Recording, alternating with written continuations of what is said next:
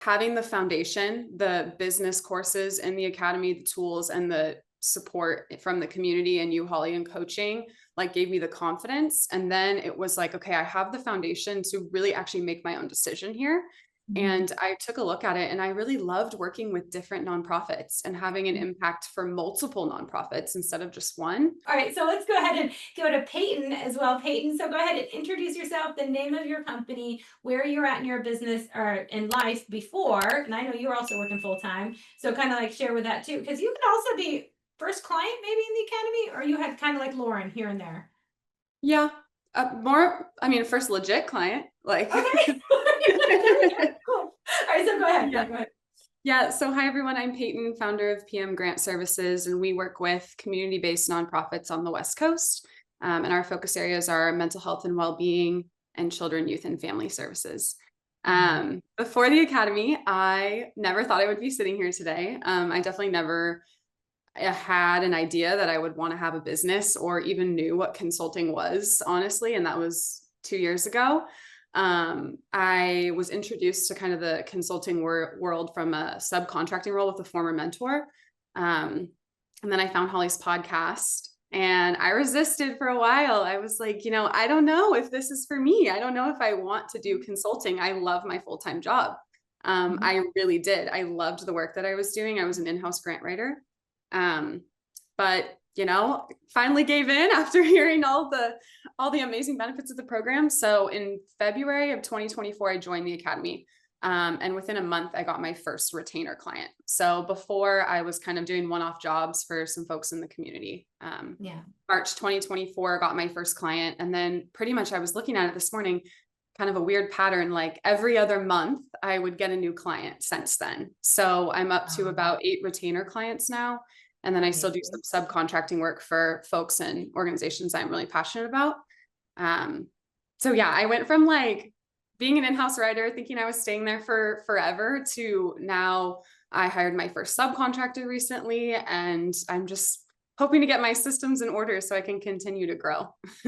I love that so much. And then even so you just found the podcast and everything just because it's grant writing. So you were like listening to the grant because you're a grant writer in-house, right?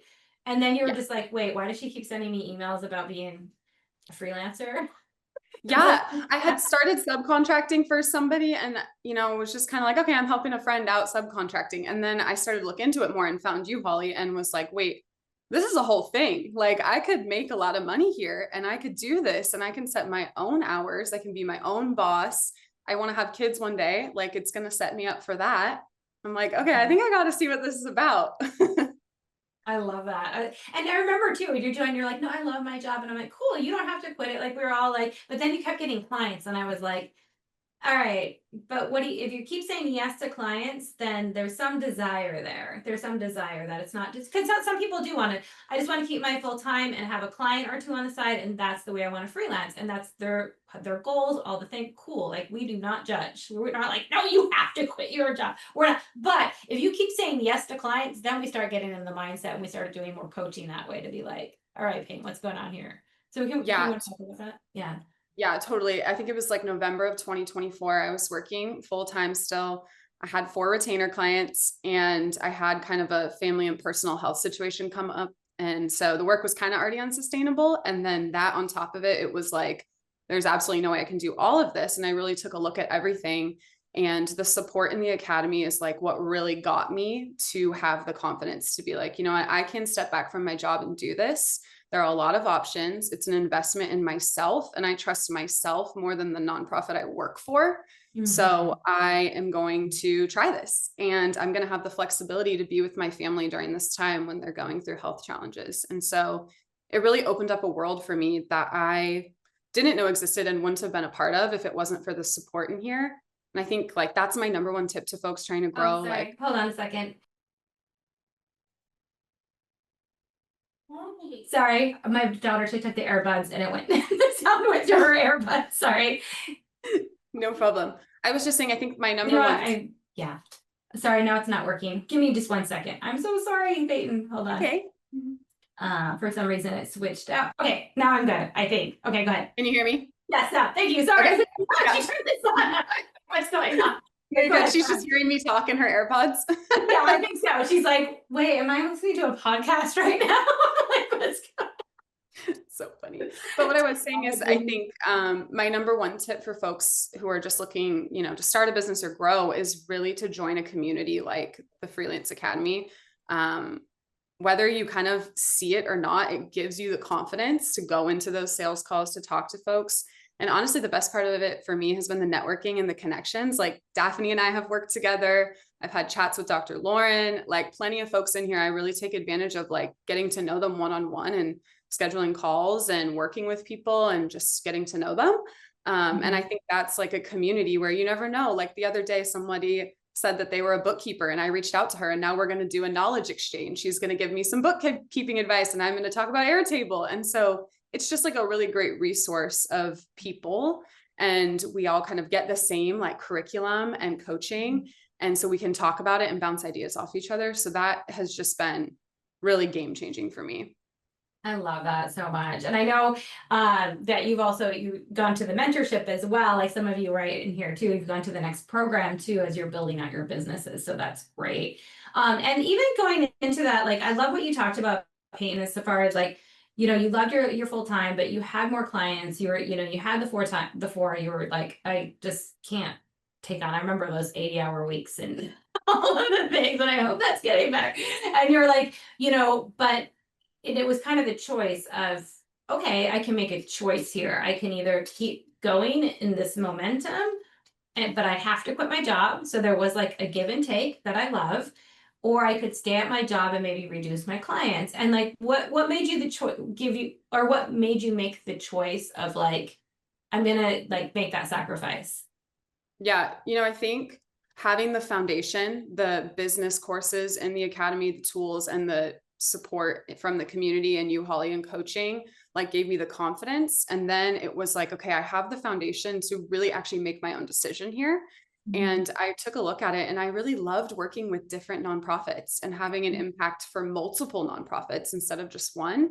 The first nonprofit I ever started grant writing for had 30 programs. And so I was kind of used to it, felt like a client aspect almost, where you're writing for different things like every day. And so it kind of gets boring when you're writing for the same thing over and over. And so now having, 8 different clients that, like one of my clients, we just got their first grant. It was a small $2,000 grant. And it's like literally my favorite grant win ever, because they get to buy art therapy supplies for all of their children therapy programs now. And like, it's just so much fun to like see that and know that you can help make an impact in communities.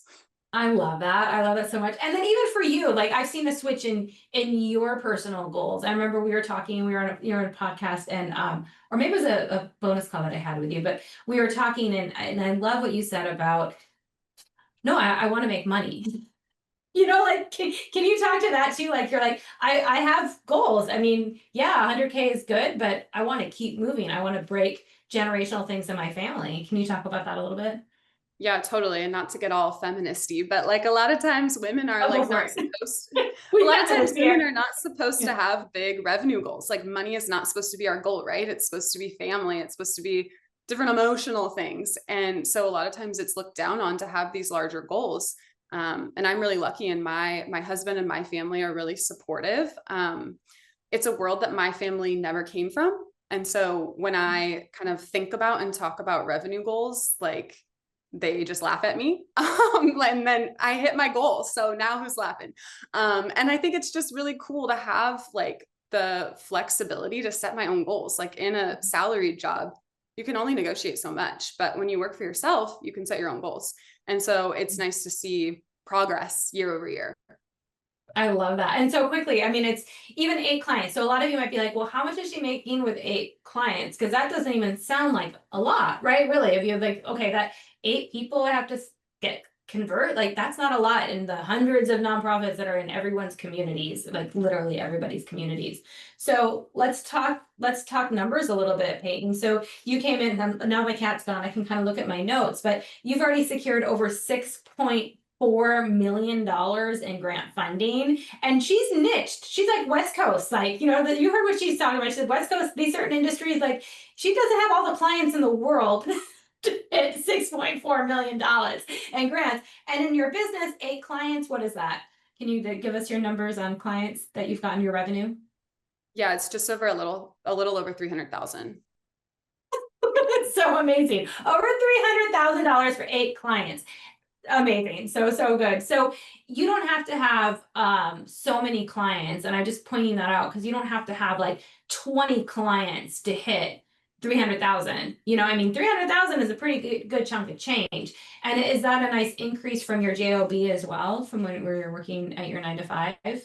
Oh, 100%. I mean, I can be transparent. I was making, I think, 80,000. And Mhm. so, and working, 9 to 5, Monday through Friday, and not able to have flexibility with different health situations. And so now sometimes I can take Fridays off. I have a lot of work, but we're getting there sometimes, Yeah. and if I have a Your doctor's, coaching, take Fridays off. yeah. Yeah. So, it's a huge increase revenue wise and freedom.